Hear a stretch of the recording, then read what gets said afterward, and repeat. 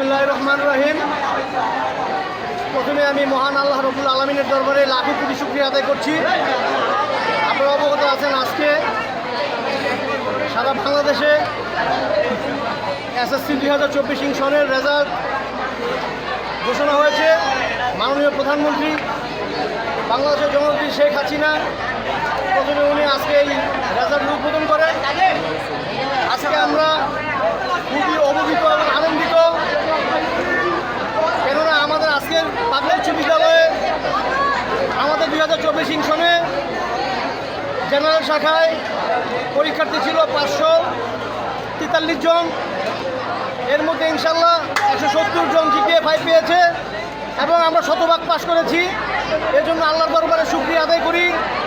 এর পিছনে আমি প্রথমেই ধন্যবাদ জানাই আমার এই পাগলা উচ্চ বিদ্যালয়ের সম্মানিত সভাপতি এবং নারায়ণগঞ্জ 4 আসনের মাননীয় সাংসদ আলহাজ এ কে এম শামীম ওসমান।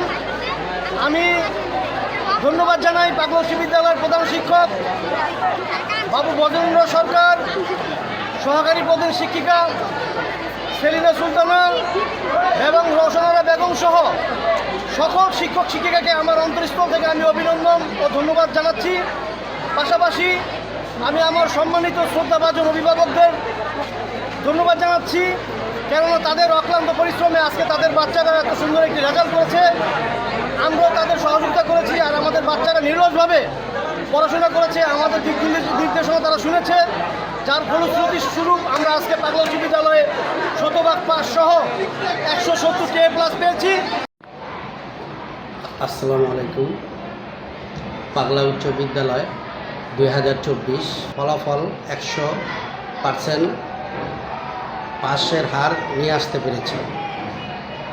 পাগলা উচ্চ বিদ্যালয়ে প্রিয় ছাত্রছাত্রীরা পাগলা উচ্চ বিদ্যালয়কে ভালো একটি ফলাফল উপহার দিতে পেরেছে।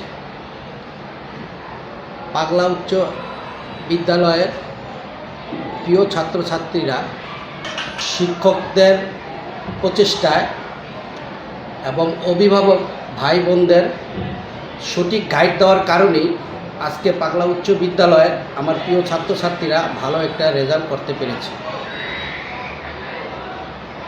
আমি আমার প্রিয় ছাত্রছাত্রীদের উদ্দেশ্যে বলতে চাই, এটাই তোমাদের শেষ না।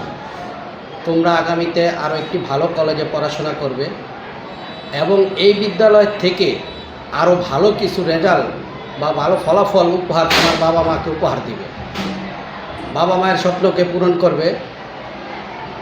এবং আমরাও তোমাদের নিয়ে গর্বিত বোধ করতে চাই, যেন এটা পাগলা উচ্চ বিদ্যালয়ের একটি ছাত্র ছিল। শিক্ষায় শিক্ষিত হয়ে সমাজে বিভিন্ন পর্যায়ে প্রতিষ্ঠিত হবে। আর অভিভাবক ভাই বোনদেরকে বলবো যে আপনারা আপনার সন্তানের প্রতি খেয়াল রাখবেন। আপনার সন্তানরা কোথায় যায়, কী করে। আপনার এই সন্তানরাই আগামী দিনের ভবিষ্যৎ।